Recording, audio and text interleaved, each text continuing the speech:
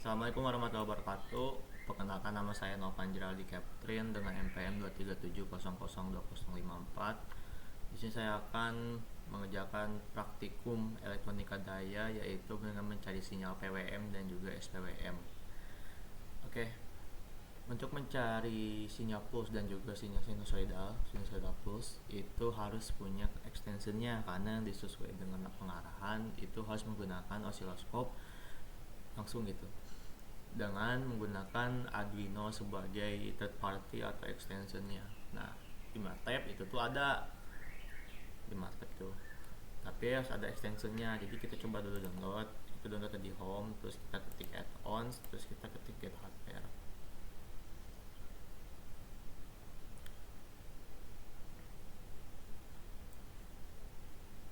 Nah, bisa dilihat ya, di sini ada dua installer yang harus kalian download, yaitu ada Simulink support packet buat Arduino hardware sama MATLAB support package.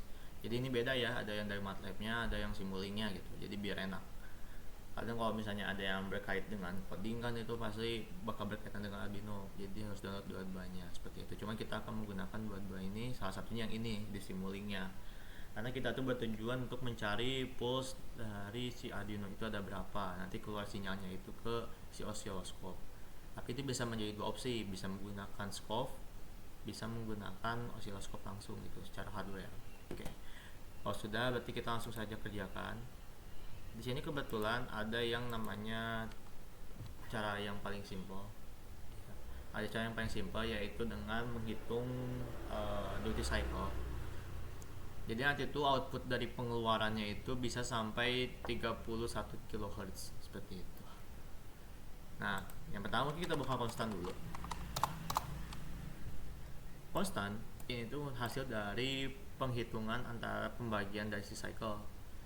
Di cycle ini ada daya besaran, ada daya rendah, ada daya tinggi. Nah, kita ambilnya yang tengah, daya sedang. Itu biasanya si PWM-nya itu 0 sampai 255. Nah, kita bagi dua, hasilnya jadi 127,5, cuma kita jadiin 127 aja. Nah, ketika sudah ada, nah ini triknya nih, bukan trik deh, ini lebih ke cara simpelnya, yaitu dengan langsung menggunakan PWM dari Arduino nya. Jadi ini targetnya itu mereka itu langsung ke osiloskopnya, bukan dari ke scope dulu buat ngevalidasi seperti itu. Ambil yang PWM yang ini.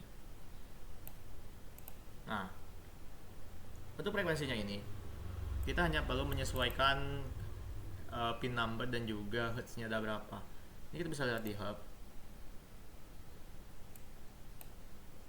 Nah, kita sudah di help. Ini ada bacaan-bacaannya dan kita menggunakan Uno dengan tipe 4 MHz gitu. Nah, ini tuh nilai maksimum yang dimiliki oleh Arduino Uno. Makanya di sini ada limitasi, yaitu saya mengambil di yang Uno dan juga Nano 3.0. Kita ambil yang pin 3 sampai 11 karena kita mengambil yang ini 31 kHz dengan pin 3 atau 11. Nah, di Arduino itu ada berbagai macam pin. Nanti mungkin saya tunjukkan ya videonya seperti itu.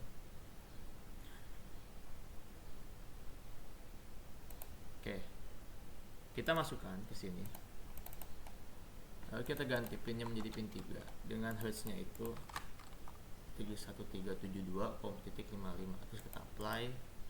Oke. Nah, kurang lebih seperti ini. Tapi sayang kita tidak bisa ngeran ya, karena ini langsung hasilnya tidak ada scope. Namun kita bisa nge-setting. Kalian bisa ke debug, model setting. Nah, model setting, habis itu kita bisa pencet Ctrl E ya, itu menyesuaikan. Kita udah tunggu aja. Nah, di stop time ini kita langsung infinite aja, lalu dengan dengan tipe fixed step. Lalu solvernya itu kita ambil discrete, lalu kita ke hardware implementasi, kita ambil Arduino Uno. Nah, ketika sudah ada Arduino Uno, dia akan ada advanced parameter. bukan adaptan parameter, dia nanti bakal ada pengeluaran karena saya saat ini tidak menggunakan Arduino Uno, dan nanti hasilnya itu dia akan initializing hardware buat parameter, dia akan ada tabel baru buat melihat dia itu ada di mana seperti itu. Baik, kita tunggu dulu.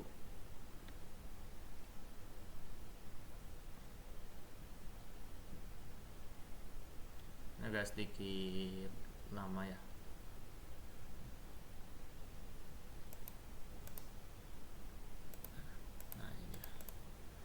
Nah, ketika udah target hardware resource, itu dia akan menghubungkan ke hostboard connection. Nah, baiknya gitu. Cara melakukan hostcom-nya itu, biasanya ada yang langsung otomatis, yang langsung dari kabel USB-nya atau langsung dari pin. Nah, ketika kau dari pin, ini langsung ke manually specify, kalian ketik di hostcom port-nya itu 3, seperti itu. Langsung ketik apply. Disitu oke. Oke. Mungkin sebagai contoh kita pakai dari scope, karena nanti itu si oscilloscope-nya itu akan titik-titik seperti itu, tidak terlihat. Mungkin seperti gambarannya kayak di scope seperti ini teman-teman. Buat menentukan 1 kHz itu biasanya bisa dari pulse generator sampai ke scope. Ini hanya sebagai contoh gambaran umum saja ya, kayak kebayangnya seperti apa gitu nantinya. Nah, contohnya kayak gini, kan diisinya seperti ini.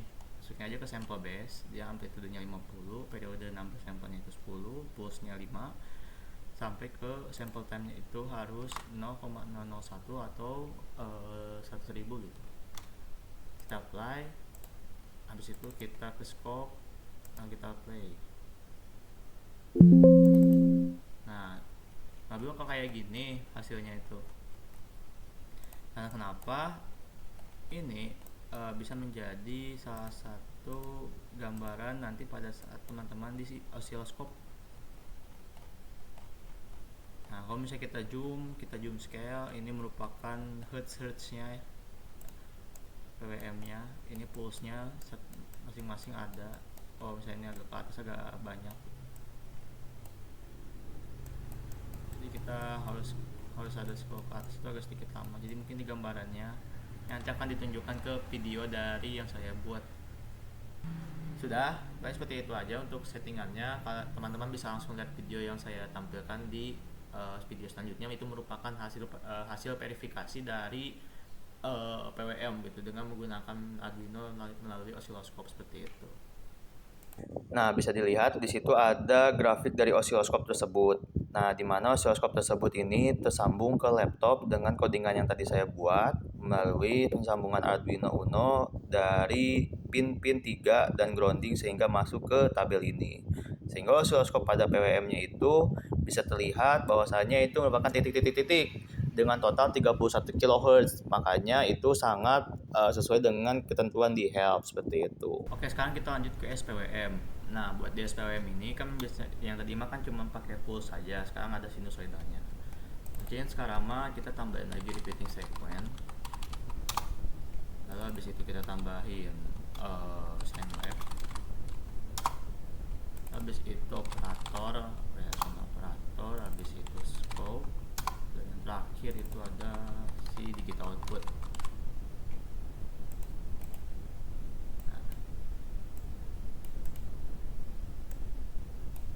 Untuk settingannya kita mau dari repeating sequence dulu. Buat repeating sequence ini biasanya dari time values-nya itu ada di 0, 0.0005, kita kasih 0.001. Lalu di output value-nya itu ada 1 minus 1 1. Kita apply. Selanjutnya di sine wave-nya ini ada di sample base, time base aja. Nah, itu time base nya itu untuk frekuensi biasanya itu 2 kali pi kali 50, dan yang terakhir fasenya itu 2 kali pi kali lagi 3. Oke, kita apply. Oke, nah kita coba pasangin repeating sequence ke scope, tapi kita scope-nya kita setting dulu ke 3 portnya ya. Bisa setting Oke, habis itu kita sesuaikan repeating statement di atas.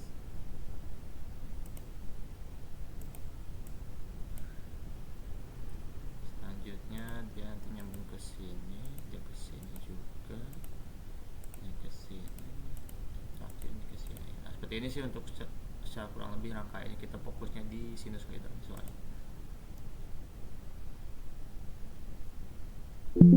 Oke, coba kita play. Nah, ini kelihatan hasilnya. Kita coba zoom.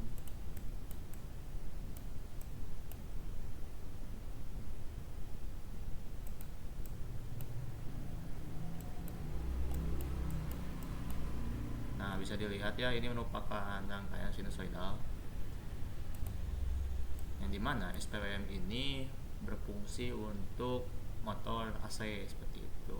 Biasanya kan ada sinusoidal itu pasti yang berkaitan dengan AC. Sini yang sinusoidal dan juga ada dari pulsnya PWM, sehingga hasilnya itu bisa dibilang bervariasi seperti itu. Nah, ini untuk contoh SPWM. Kita akan seperti itu saja. Yang dibedakannya itu nanti pada saat verifikasi mungkin saya tidak bisa melakukan verifikasi soalnya ini masih dalam tahap pengujian juga.